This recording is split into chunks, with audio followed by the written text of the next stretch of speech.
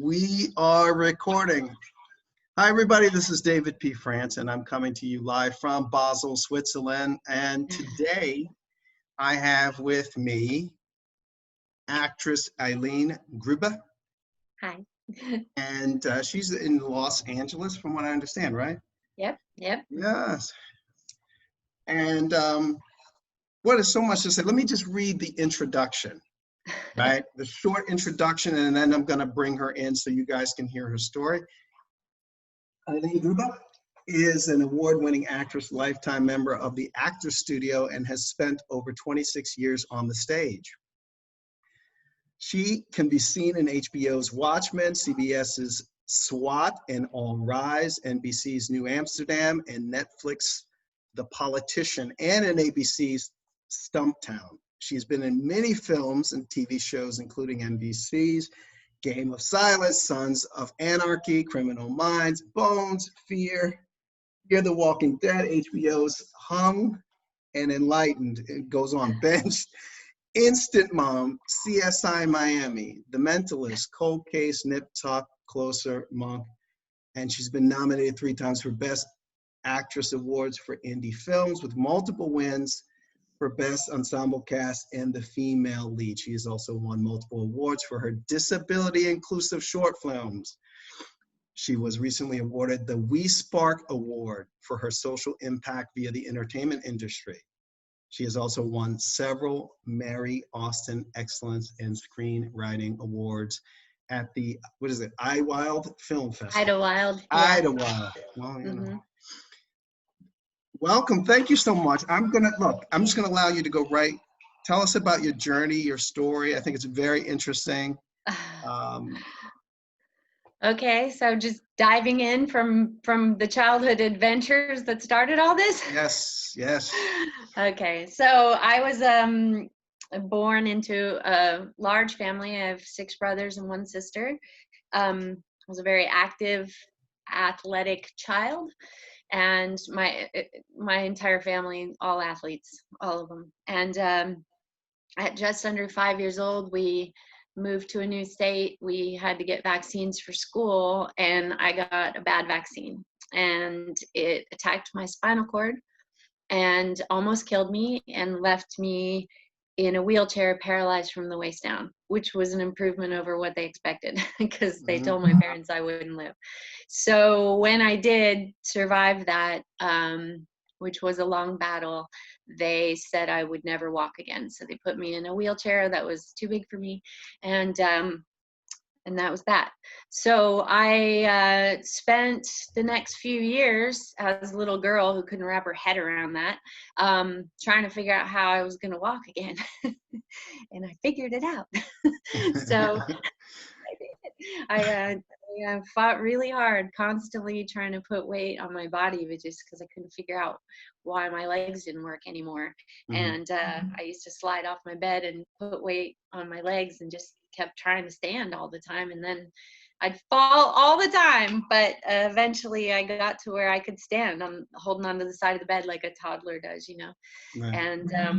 And little by little take a step, and then I graduated to a walker, and then I graduated to walking with one leg and dragging the other one, and then I finally got to move a lot faster and better, and I got to go after my dreams, which started with, as a little girl, wanting to be a cheerleader for all those football teams my brothers played on. Okay. I did get to do all those things. Now, none of it was unopposed by my body, of course, because I do still have a permanent spinal cord injury, and I've had a lot of surgeries through the years, starting in high school, to rebuild all the bones and stuff that took the beating from me getting up and moving and jumping when I had all that nerve damage from the spinal cord injury. Wow. And I have a couple of questions. I mean, just in the initial part of the story, you talked about wanting to be a cheerleader. I mean, is this when did that dream begin? I mean, was it at a very young age, or? Yes, I mean, I was 5 years old, and we would go to the football games, mostly for my oldest brother Jerry at the time, and we would go to the football games, and everyone would sit in the stands, but I would ask my mom to put my wheelchair like on the track in front of the cheerleaders, because I didn't care about the football. I just wanted to watch the cheerleaders. So I would just sit up there and watch the cheerleaders. And I used to just be like, I want to be a cheerleader. I want to be a cheerleader. And, you know, I just remember the response from most people being like, you know, don't get your hopes up. Okay, that's nice. She wants to be a cheerleader. I really wanted to be so that sort of drove me a lot, you know, and I did end up cheerleading as soon as I got out of my wheelchair and got to where I could move around a lot. I tried out for like the Little League, you know, Pee Wee football team cheerleaders, and you know, they can't really reject you there. So and I had a big mouth because I had a huge family, so I was always having to scream for help from my mom, since, you know, there's always torment in a big family. You're like, Mom, you know, so I always had to yell for help. So I had a big voice and a lot of energy and a lot of spirit, and I was so excited that I was, you know, out of my chair and moving, and that I could be a cheerleader. So, you know, it was really kind of funny because my mom, you know, I still have a neurogenic bladder, half paralyzed from the paralysis, and I still deal with that. And when I was cheerleading, you know, you're jumping up and down on these little weak legs, but also you're slamming a paralyzed bladder. So my mom would have to bring me 4 changes of clothes to the game, and I'd be out there right in the middle cheering, being the captain of the team, jumping all that, and then you jump and your bladder's just going So wait a second. So let's say I'm going to ask you, well, I was going to ask you about the healing, right? But let's go to the cheerleading. So in terms of your mother bringing you the change of clothes, like how? So every quarter we'd have to go into the bathroom and change my clothes. Could you hold it? Could you hold it until, like, you were jumping up and down? Could you hold it at least until you went to the, no?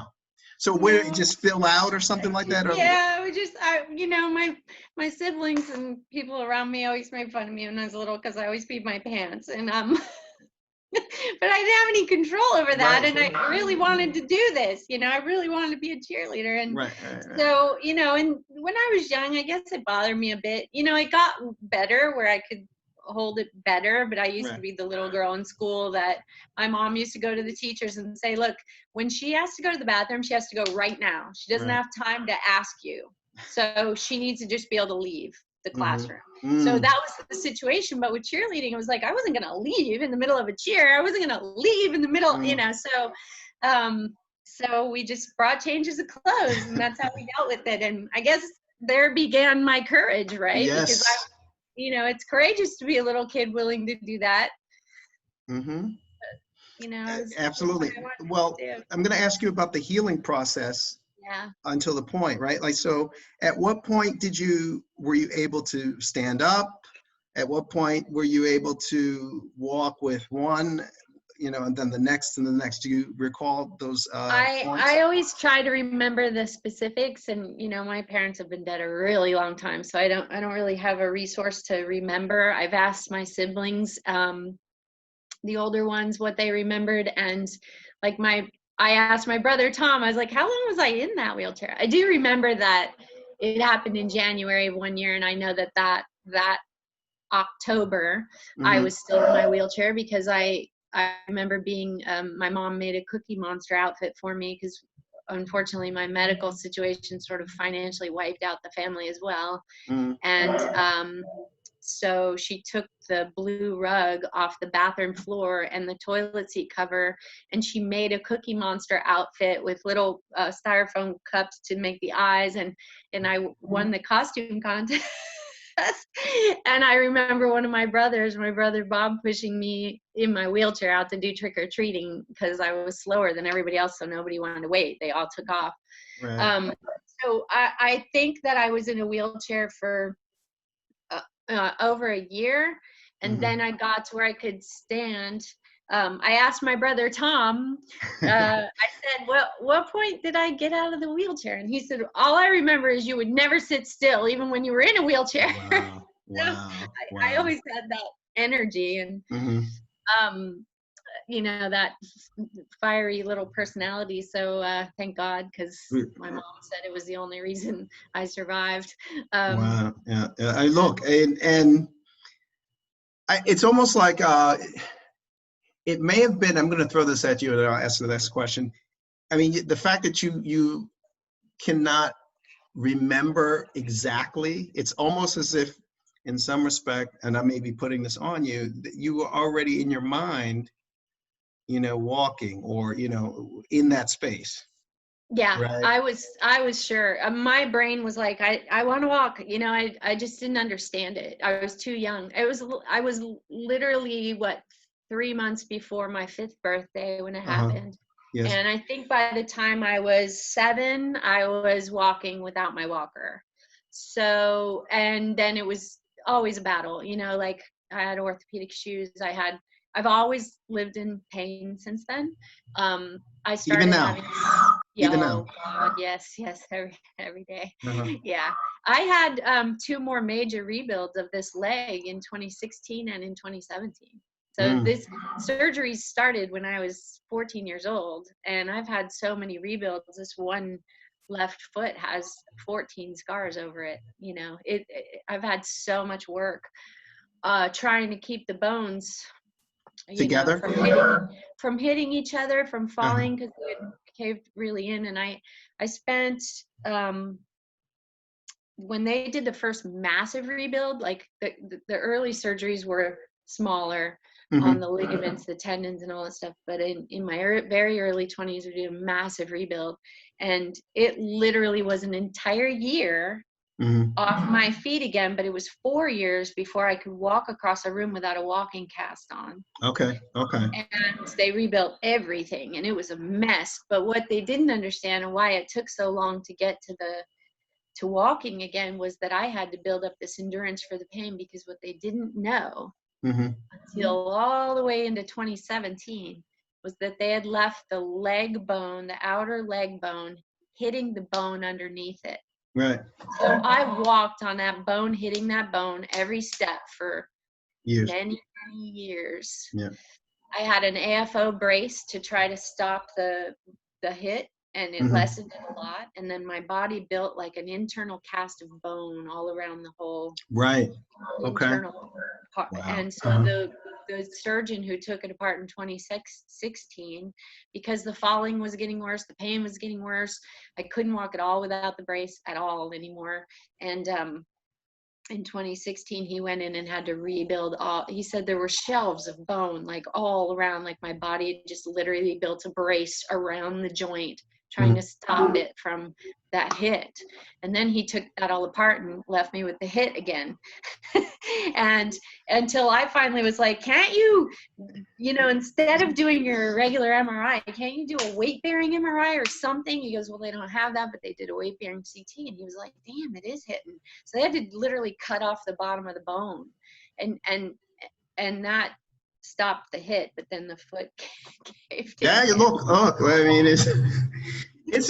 I mean, it's a severe. You've gone through a lot. Now, you talked about the operations. How many operations have you had? Like, do you know the number of operations? I lost count because you lost count of so many.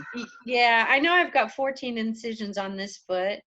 If I added up everything else on the rest of my body, because I had my thyroid. I had cancer in my thyroid, probably from all the x-rays from all this stuff when I was a kid. Right. I had to deal with that. And then it's a long story, but my family, going through this cancer revealed something else, which was before we, I mean, you've hit so many things, right? Yeah. So before we go into the acting, because we haven't even hit the acting yet, how when all of this is happening to you, I mean, do you even have time to think, or are you, what is your brain doing? What is your mind doing? Is it focused on it, or is it somewhere else, or? Oh, it's focused on it. You know, when you're walking in pain, or you're living and dealing with pain like this, the focus is very much drawn to that area that's hurting. And so, unfortunately, yeah, your focus is on it a lot. You try to take your focus off of it by, you know, living your dreams, trying to do the best you can with all of it. But it's hard to not pay attention and to pain. And you know, I'm not a person who takes pain relievers or painkillers of any kind. I don't even take them after surgery because my body doesn't like them. I don't want to end up being addicted. I used to say when I was young, look, I'm not going to take them. I don't want to end up losing an organ when I'm 40, you know. So so I've done a lot in even massive surgeries without pain relief after. You know, of course they put you under and they numb everything here. But then when you come out the next day, it's like, oh. Right, yeah, sure. So every time somebody tells me I have to have surgery, I'm like, ah! You know, I remember at one point even saying to my doctors with the cancer stuff, like, you know, wanting to do another surgery because some things were changing and taking out some organs. I was like, look, I'm not afraid of cancer. I'm afraid of surgery. I don't want any more surgery. You know, you get to where there's a myth that kids who have disabilities, who've been through a lot, there's a myth that because they've had so many surgeries that they're tougher, that it doesn't faze them anymore. And that's a lie. That's like saying you've gone out in traffic and got hit by a semi truck and had to recover from it, and now you want to go walk out in front of a truck again and again and again. Well, the more you do it, the more you're getting afraid of semi trucks. Trust me. Well, look, let me ask you. Let's go to this. This is another thing that popped out. It drew me in when I was listening to a speech that you gave at a women's conference, which was quite remarkable, actually. I'm going to see if I can put it in the description box so people can go in and actually listen to it, because it was a very powerful speech. And from what I understand, it was after you had a set speach, but you ended up, you know, folding that piece of paper up and then going right off the top of your head. And it was an amazing speech, an impromptu speech about your experience. And can you touch on that? And then I'll ask you about your relationship with art as a child. So first the speech. Touch on what happened with the speech, you mean? Yeah, like give us a flavor of, like, you go in and you think one thing, and next thing you know, it's a whole nother thing. And yeah, well, I've been giving talks and speeches for a long time. Like, I get asked all the time to come out and speak to groups and companies and people and challenge patients and kids with disabilities and just everything. And so this particular one, I was asked to come speak to an auditorium full of school-age girls who are from another country, another culture. And so I really thought about it, worked on it, prepared what I could say, because I try to take into consideration the audience and where they're coming from, you know, and cultural differences and all that stuff. So I was all prepared to fire up all these girls to go out and change the world. And I come into this packed auditorium, and there were a lot of adults and a lot of men and parents and, you know, grandparents. And I was like, I think maybe my speech needs to be adjusted quickly. So I just, you know, you can see in the speech, I have what I had prepared in my hand, and I just put it up in my hand, and I just went, oh, I'm just going to talk to these people. What are you going to do? Share your story, tell your truth, and speak to hopefully all of them without offending any of them. You know, that's the best we can do. So that's what I did. Yeah, I mean, look, anybody, I'm going to put the link in the description box. You guys take a listen to it. It's very, very powerful speech about, you know, your journey. With that, like, you also mentioned, and I think this is in the speech, that your mother gave you an art kit or crayons or something like this, right? And you right. So how did art play a role, let's say, in healing? Because I believe it does. Okay, so when I'm 5 years old in a wheelchair and everyone else is out playing in the snow, which made me so sad because I would watch out the window and everyone's out in the snow and I wanted to go and I couldn't, you know. My mother brought me, and like I said, we were very poor at the time, mostly because of my situation, unfortunately.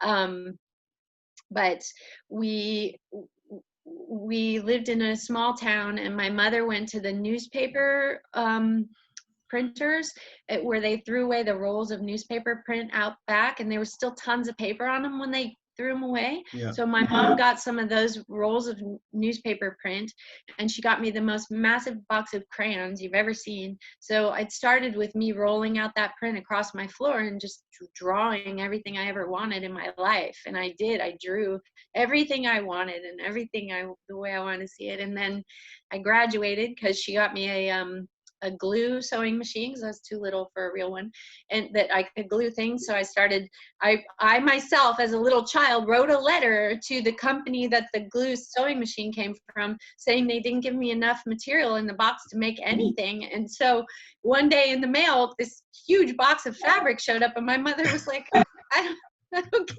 it. So I started making Barbie doll clothes and all this stuff, and then I took everything off the shelves in my closet, and I built like a 5-story Barbie doll house, and I made clothes for them, and I made little bathrooms with paper cups and little rolls of toilet paper. I just became very creative in my little space. And then I started submitting my artwork for competitions, and I started winning You started awards. winning. And that was, How did I know, right? yeah. It was encouraging to me as a little child, because everybody else was out doing all the sports and all that stuff, and here I was. And there is a lot of shame and a lot of pain that comes from being the kid in a family with a disability, and you do get abuse from your siblings, and it's because you're drawing attention away, but you don't want to. And believe me, when you're a kid with a disability or a person with a disability, you don't want that attention. You don't. You just want to do what everybody else is doing.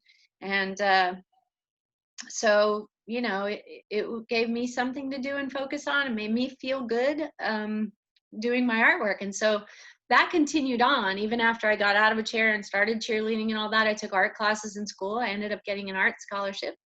Won a lot of awards throughout my high school years for the artwork for my class and for everyone. I got an art scholarship and went to University of Florida, and I thought I was going to become a fashion designer. And my walking disability changed that course for me. So how did you get involved? How did you get involved in acting? I mean, like, how did this drop into your lap? It seems as if it did. I mean, I might be, adding that or putting that on you again. No, it totally dropped into my life, because I was going to be a fashion designer. That was my dream. That was my plan. I was an artist. I did all this stuff. I was all ready. I started with my Barbie doll clothes, right? And planning all this, so that's what I was going to do. So after 2.5 years at University of Florida, and getting my undergrad things, or whatever they're called, associate degrees, in art and science, I applied to FIT in New York. You did? Yeah, and so that was my plan. And then when I got my letter, they said I'd have to, the first quarter, live off campus, and not, and whatever that meant. I wasn't very familiar with New York City at the time, and my mother never stopped me from doing anything. But at this time, I'll never forget this, because she was so upset. She said something to me that she doesn't normally say. She said, "You can't go to New York and have to commute." Oh, hold on. New York City. You cannot do that. And I was like, why? Why can't I? I'm going. And she said, "Don't you understand? You look like a victim." And I was like, "What are you talking about?" Okay. She's like, "If there's a bad person there, they're going to pick you. They're going to target you. Because of your walk, they're going to think you can't get away." And she was in tears, and this wasn't her way, but she was so horrified that something was going to happen, because a friend of hers earlier years had a child go to New York City and ended up getting murdered. And if you remember earlier years, New York was a lot more dangerous. It really was. Yes. Way back, so because of, I had great respect and honor for my mother, and she was devastated. And, a week, I was home for summer break, and a week after that decision, my dad said, "Let's go for a walk." And we go for a walk, and he's like, "So what are you going to do now?" because you can't see. My father, with 8 kids, he was like, you know what? You don't come home after college. You go out and you live your life. He was big about that. Find your way. So after 1 week, he gave me 1 week. He's like, what are you gonna do with your life? And I was like, I don't know. And so I had a guy that was sort of kind of like that, you know, dated a little bit, who lived in Atlanta, and his sisters were like, you know, come to Georgia. You can go in designing houses with us, interiors of houses. So I literally just packed up my stuff and moved to Georgia. Well, the interior thing didn't work out, long story short. But what happened was one day I'm at a gas station and a man came up to me and asked me if I would ever consider doing some modeling. I was like, no, okay, sure, why not? So I did that. And then a few other things where I got approached to do modeling for wedding gowns. One photographer was kind of creepy and made me feel creeped out. And I'm a very, I'm a fighter. I am. I had 6 brothers, so I know how to defend myself. I was in a situation where he was creeping me out, but I immediately put an end to it and walked out the door. But in my brain, I said, if I'm gonna do this kind of work, I need to know the business. So I started taking classes at Alliance Theater in Atlanta. And then by the way, I was in Atlanta, I moved to Atlanta for this interior design thing. I started taking classes at Alliance Theater. I started taking other classes outside of Alliance, and I started volunteer working for a casting director. So I started to learn the business. Right. And then the next thing was that my leg was really getting really bad, and I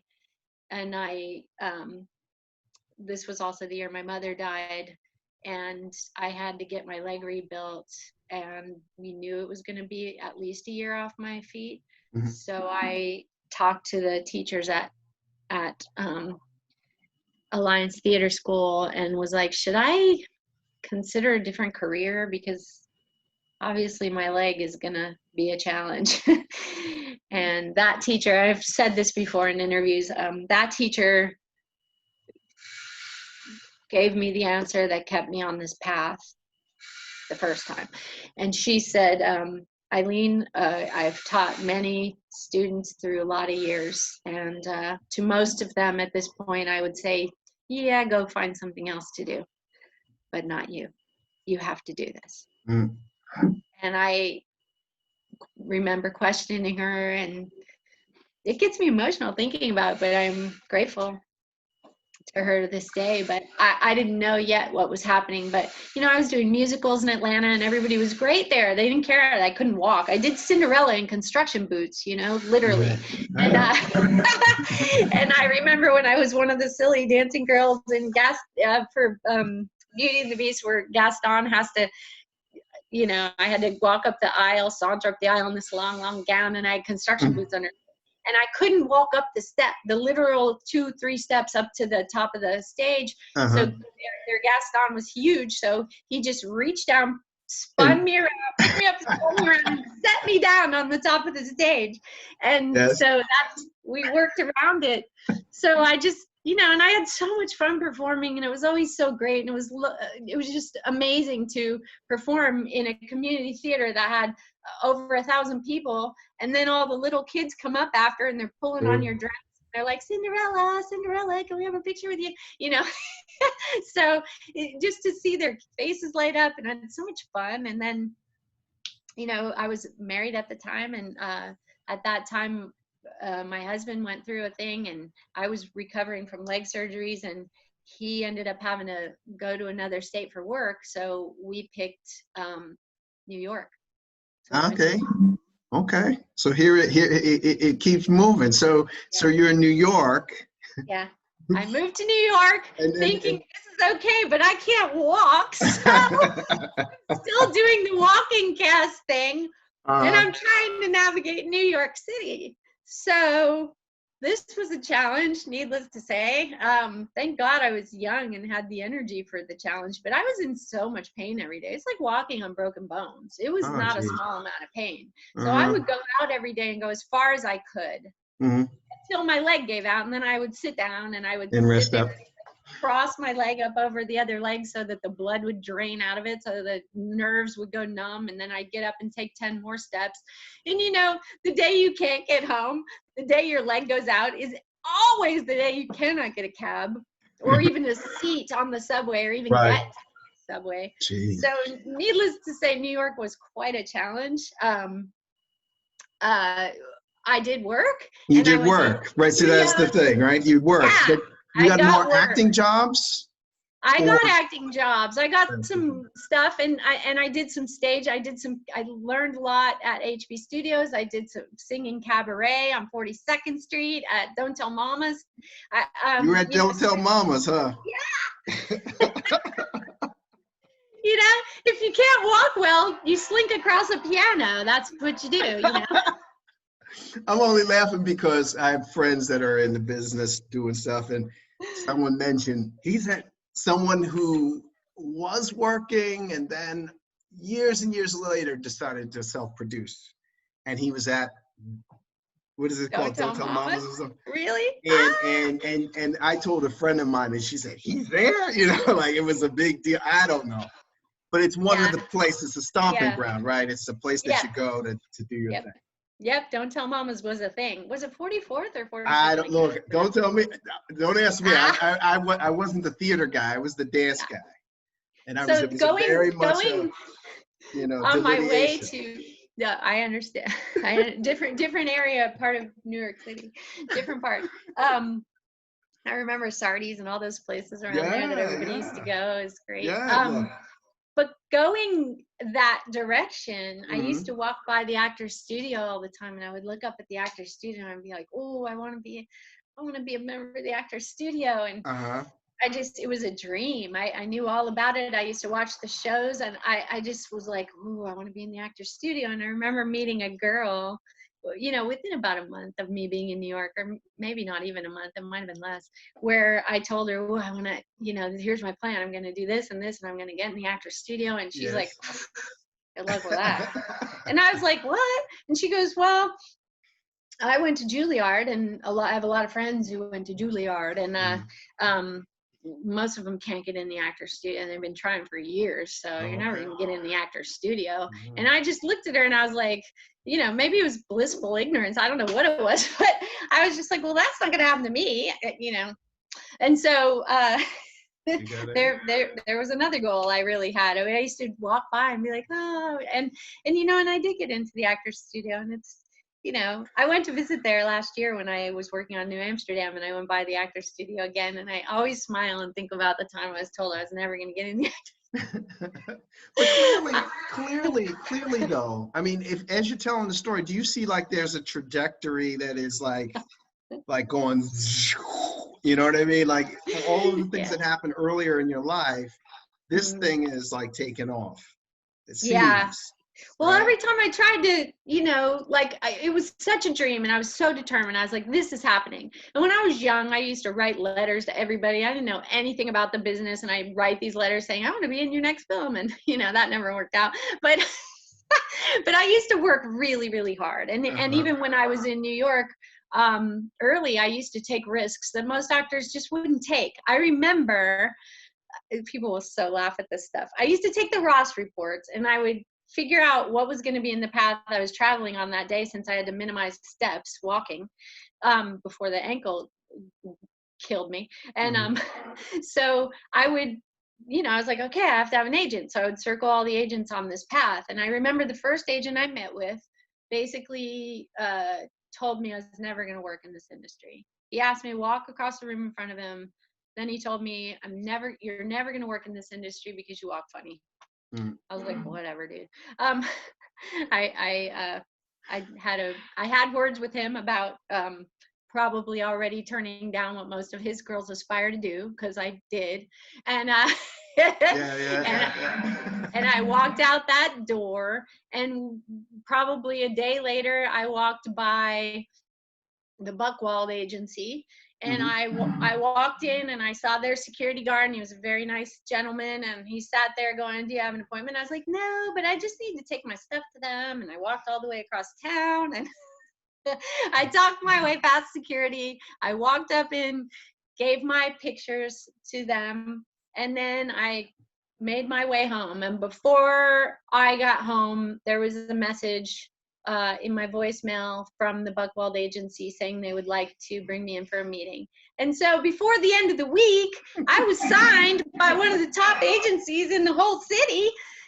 So I was actually going, well, so much for that guy who said I'm never going to work in this industry. Right. So I'm still grateful to David Elliott for opening that door and letting me have that, because then casting directors took me a little more seriously and let me audition for things. And so the younger years, the journey, especially in New York, it's like I just kept plugging along, and I worked really, really hard. I always did. I did every opportunity that came my way, I was open to.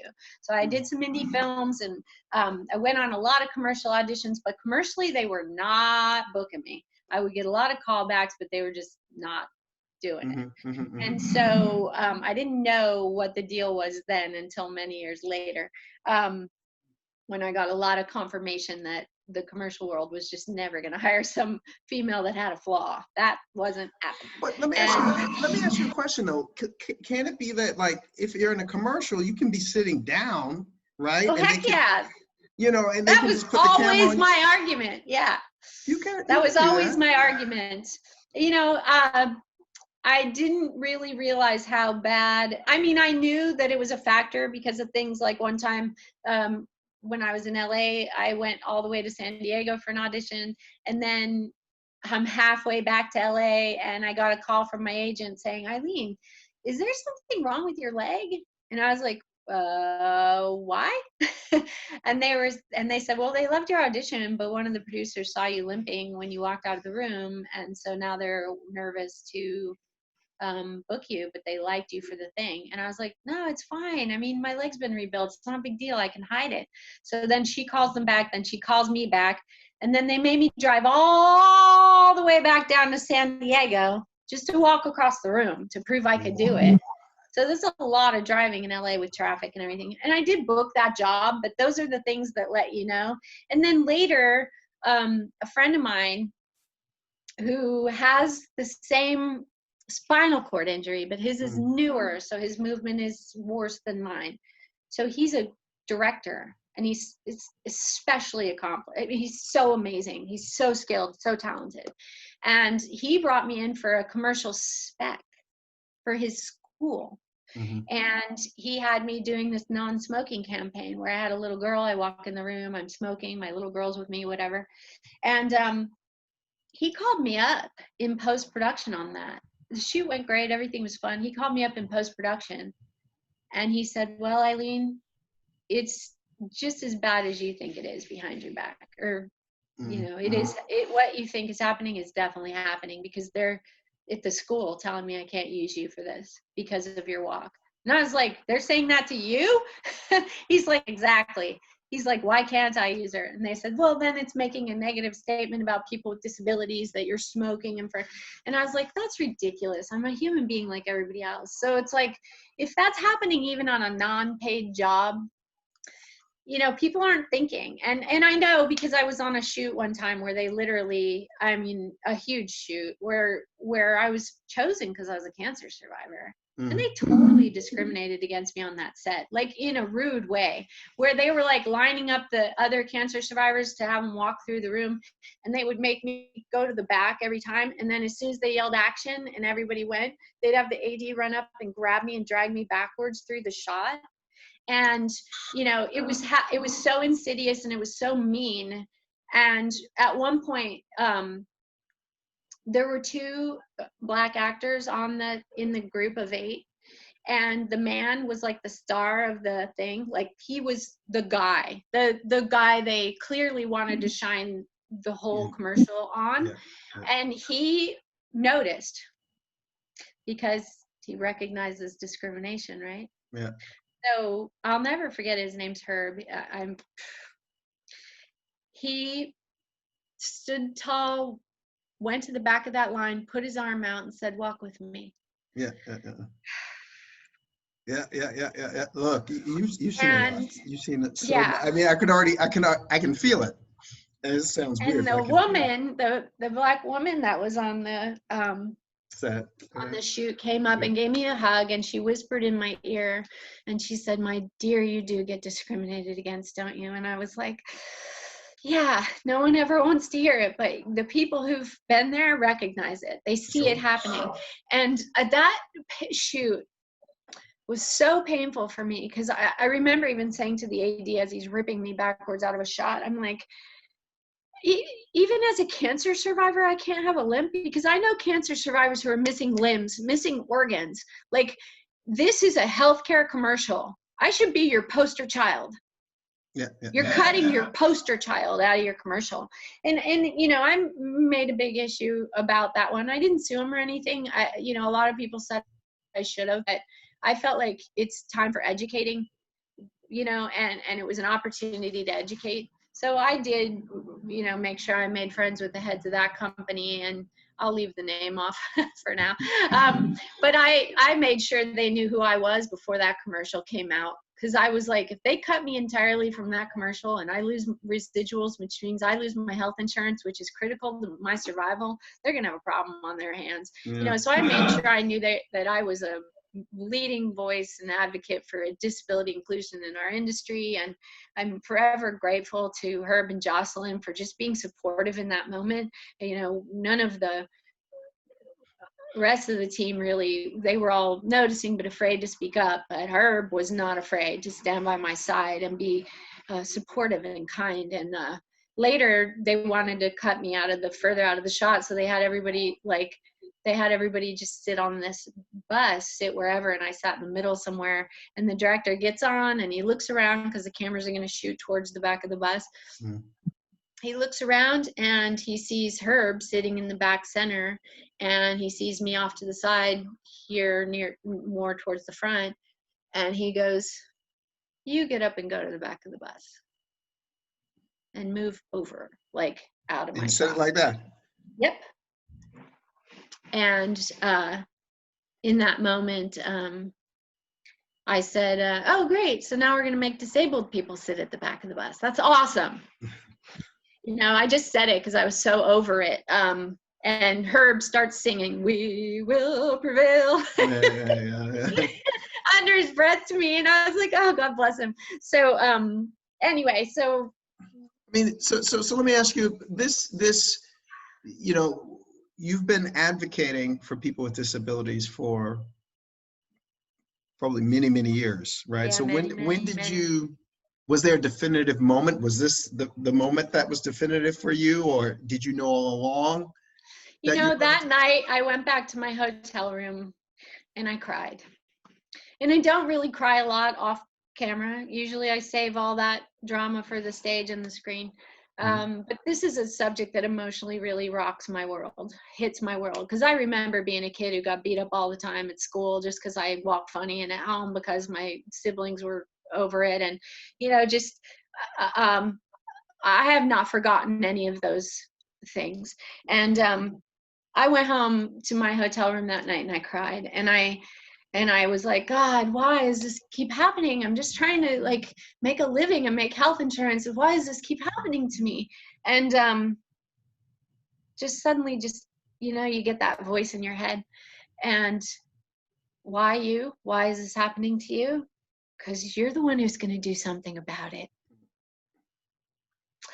And I've often known that there's a reason I had all that adversity through my lifetime and faced so much of it, and went from being a walking, quote unquote, normal child to a child with a severe disability fighting for my life, to walking with a disability, a limp, and then many, many surgeries, and then cancer, and then many more surgeries, and in and out of wheelchairs all my life, on and off of crutches. I spent a lot of years of my life on crutches, many, many, many, many years.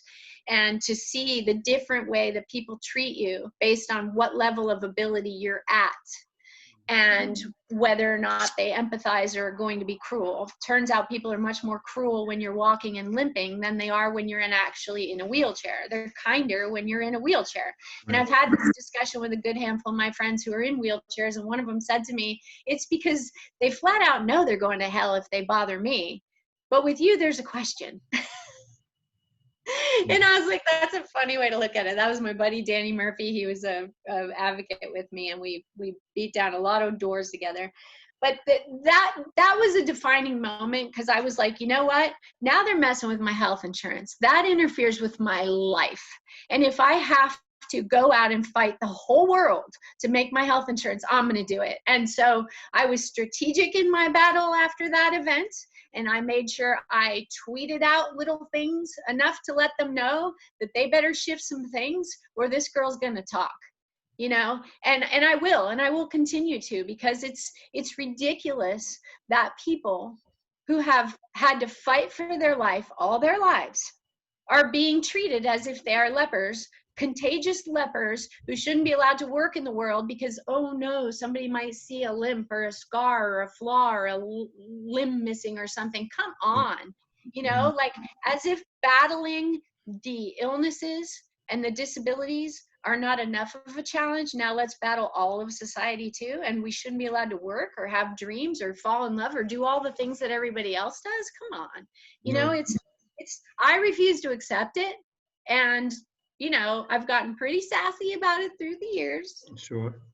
And I've had to, you know, if anybody's ever offended by my fire and passion, I'd welcome them to walk in my shoes for a few years, or even a day or two, because most of the people who give me grief, I know for a fact, would not have survived my life. Yeah. They would not have survived. So therefore, I don't really care what they have to say anymore. I just don't care. And I've taken on a lot of phrases that help me through life, and one of them is work with the living. And the living people are the ones that are aware, alive, empathetic, honest, real, looking at what actually matters. And those people will honor who you are.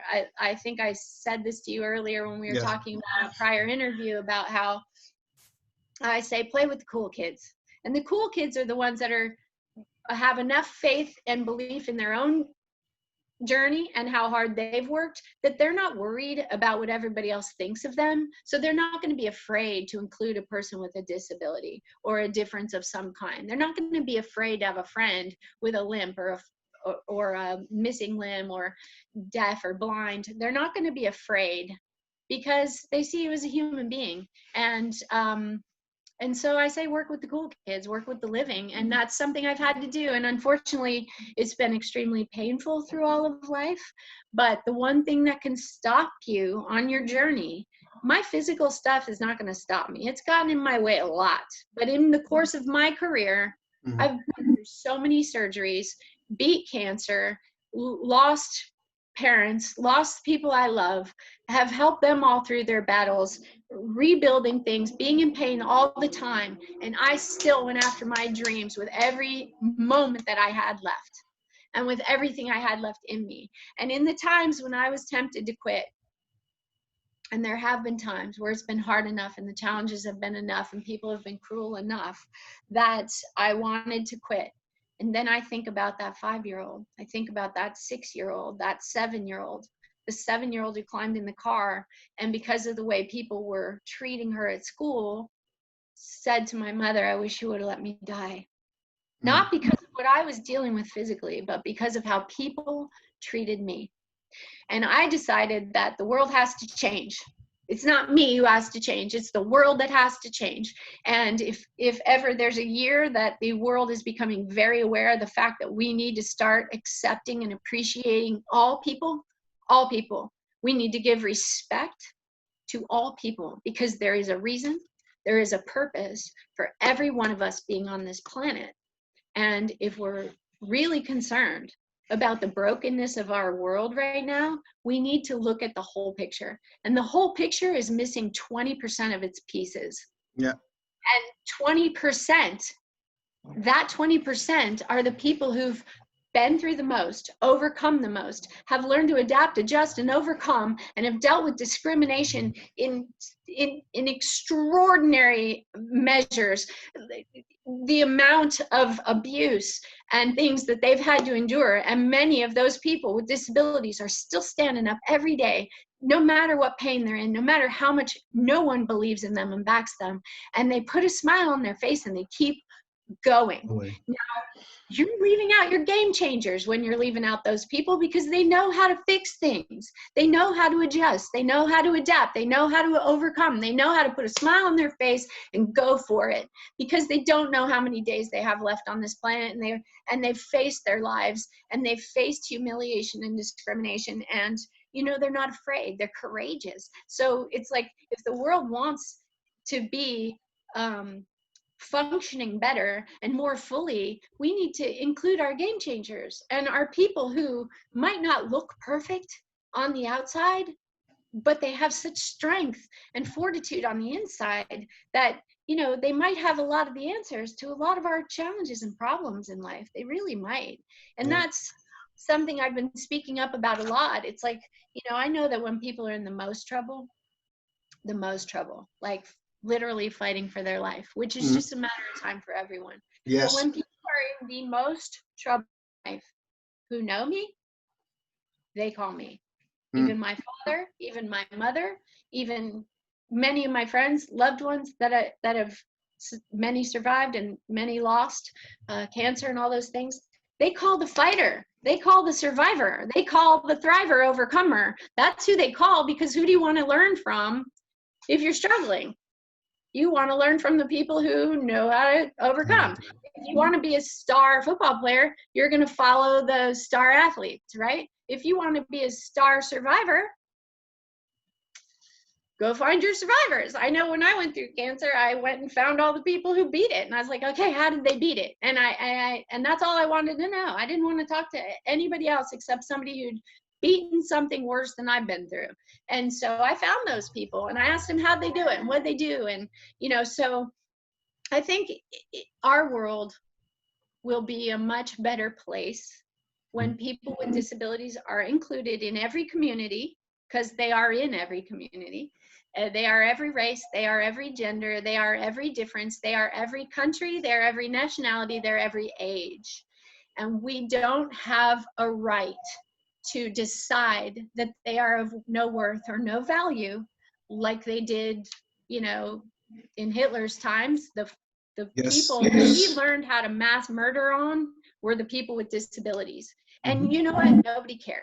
Nobody cared that he started killing all the babies with disabilities and then went on to the adults and killed every person with a disability. But guess what he was doing while he was doing that? He was figuring out how to mass murder. Now, what if we cared about that first baby? What if we cared about that first child who was born missing limbs? What if we cared? What if the world would have stood up and said, no, unacceptable. Every person has a reason for being here. And maybe they have the answers to our problems. Look, let me tell you something. I'm listening to you and I just think courageous, and we definitely are living in a time where it takes courage on all levels, not just the obvious levels. But being courageous when no one can see that you're being courageous, being courageous when you're not going to get anything out of it. I mean, I'm just being, I'm giving every scenario that comes to mind, like being courageous when no one's looking, right? Being courageous because it's the right thing to do, right? I mean, I think you are an example.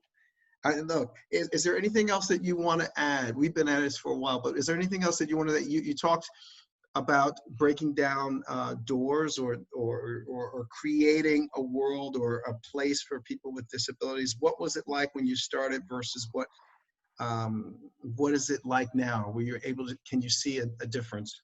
Oh, I see such a big difference now. I mean, years ago, we would advocate, me and my buddy Murphy, and they would say, well, people with disabilities just aren't talented. I can't tell you how many times I've heard that.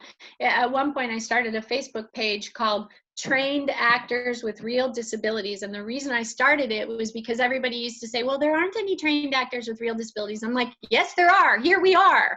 I'm in the actor's studio. I'm on the stage working with the best people in our industry. Don't tell me that a person with a disability isn't talented, because how would you know if you're not letting them in the room?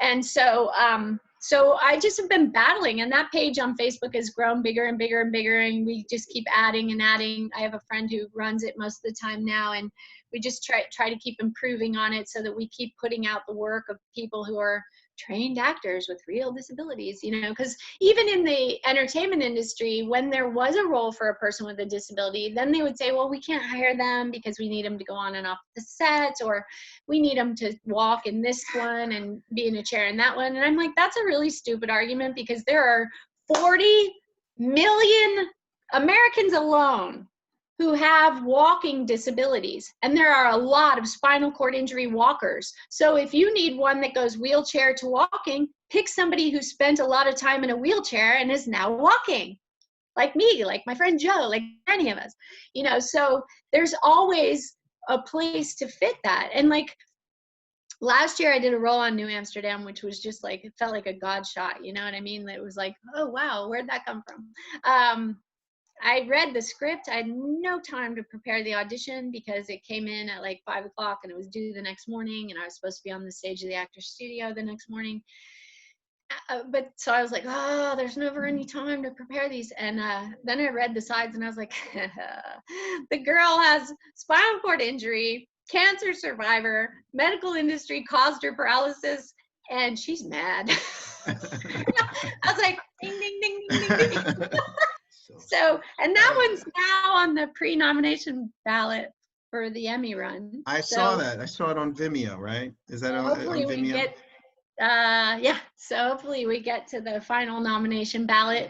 It would be a big win for people with disabilities if somebody who's been in the trenches as many years as I have, which is going on 30 years, got that voice and was able to speak up. Like, I'm trying to change the conversation, and the conversation to me shouldn't be about what we can't do. Maybe we should look at what we can do, because who would have ever thought a little girl in a wheelchair was gonna end up being a captain of a cheerleading team, who was gonna go into this entertainment industry and not only work on the stage and get into the actor's studio, but work on a lot of major television shows. And believe me, every single one of those credits was very, very hard earned. Nothing came easy. There was a time when I used to have to fly myself to Atlanta for auditions because I couldn't get seen here. And I did it. And I flew myself to New Orleans and paid my own way and got myself a hotel room or an Airbnb or stayed on friends' couches so that I could build those credits so that people would see my work, so that they could stop saying, well, she didn't, no, you don't know that unless you've seen my work. And unless you let me in enough doors and stop looking at me like I'm a freak when I walk in your room, then there's not going to be that fairness. When somebody has that, you know, those microaggressions, that face they twist up when they see you walk in a room and they're just looking at that, well, that doesn't really make you feel really good or welcome in a room. Or when they're calling your agent later saying, what's wrong with her? You know, why don't we just get to a point where we just accept people exactly as they are? You know, if you want me to accept you for who you are, everything you are, whatever you are, then you have to accept me for who I am, whatever I am, right? Yes. Only fair. Yeah, fair.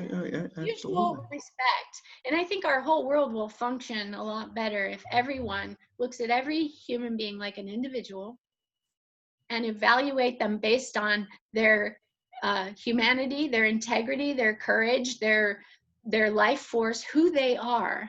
And we have to accept people for who they are and where they're at, instead of just immediately judge them on the surface. And, you know, it just comes down to mutual respect. Treat everyone like a human being. Treat everyone the way you would want to be treated. With as much opportunity and much fair and equal opportunity for every human being. And then if you're not good enough, fine. You know, it's like, I never want to be given something I have not earned. I want what I've earned, but I've earned it. I don't want to be kept from something that I have earned just because somebody's afraid of my difference. Well, I've seen your credits. I mean, I've seen the credits. I was like, you know, it's like 1, 2, it just goes, you know. You've done a lot. You've done a lot. And very hard. We'll negotiate what I'm supposed to put in the, you know, this little description box, right? This is all, you know, this is new to me. you know, as it is to a lot of other people. But we're going to cram everything in there and make sure that people have an opportunity to see,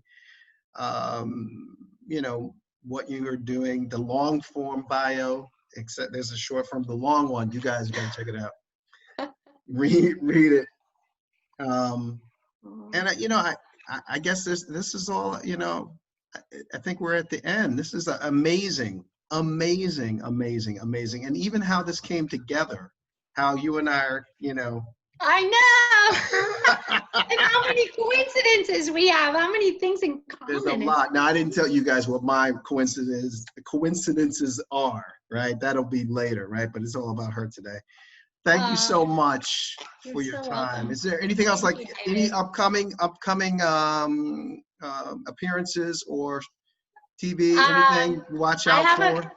I would say everybody who hasn't seen New Amsterdam, the episode is called Good Soldiers on NBC. You can still catch it online and everything. That's the one that we're fingers crossed gets out into the world. But that's the first time that I played a character with a disability that almost mirrored my life experience. So that was fun.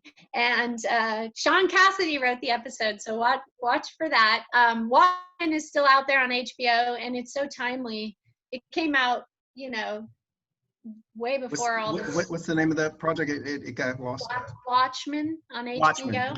The Watchmen on HBO. Yeah, it's timely. Okay. People should see it.